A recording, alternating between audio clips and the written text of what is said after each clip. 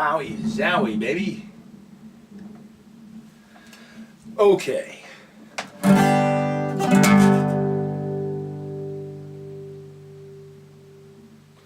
There are a number of reasons that that the bar chord is a good default chord to start on and to think about. Its bass is in the root. Its root is on the bass string, so that's really useful to know anywhere up and down the neck if you need to make a B major, a C major, a C minor. You know where it is because you have a framework. That's the 1, that's the 5, and that's the 1 again. So none of those are going to change no matter where you put it, whether it's a major or a minor. Those stay constant. It also allows you to put the chord in the framework of the scale.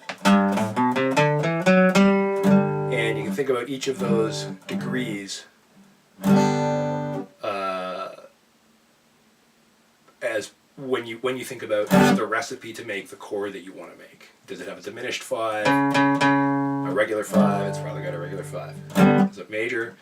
Is it minor? So the other nice thing about this chord is that a lot of it is redundant. So that's the 1, that's the 5, that's the 1 again.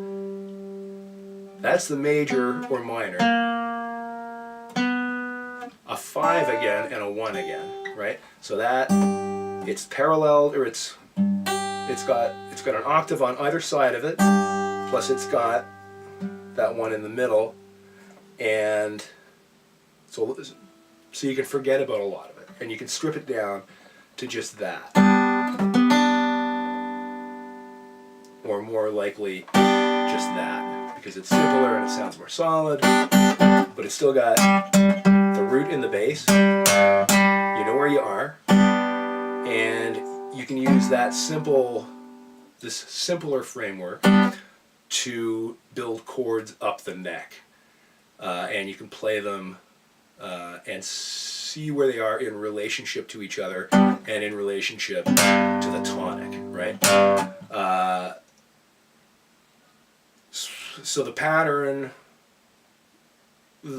goes major, minor, minor, major, major, minor, diminished, major.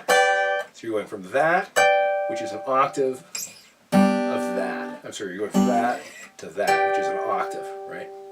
And all the chords that come in between them are either going to be major or minor, and in one case, a diminished. So there's the minor third of the chord in a framework, and you can use this framework anywhere, but to build a minor chord, it's that, and that's the 5, but you want to diminish the 5, so it's down there.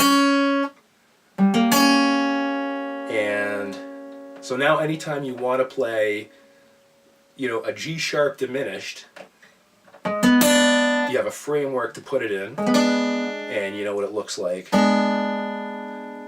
and you can start to think about it in relationship to other chords in the key.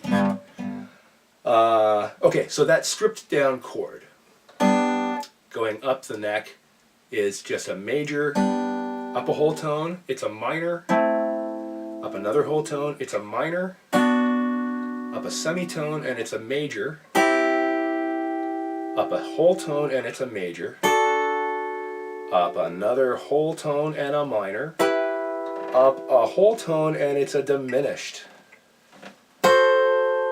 and then up a whole tone, up a semitone and it's the major again.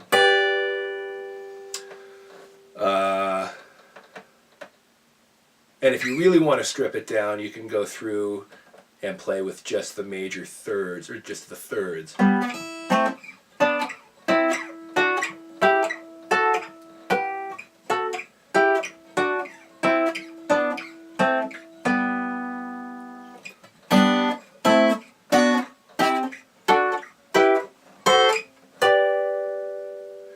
So each of those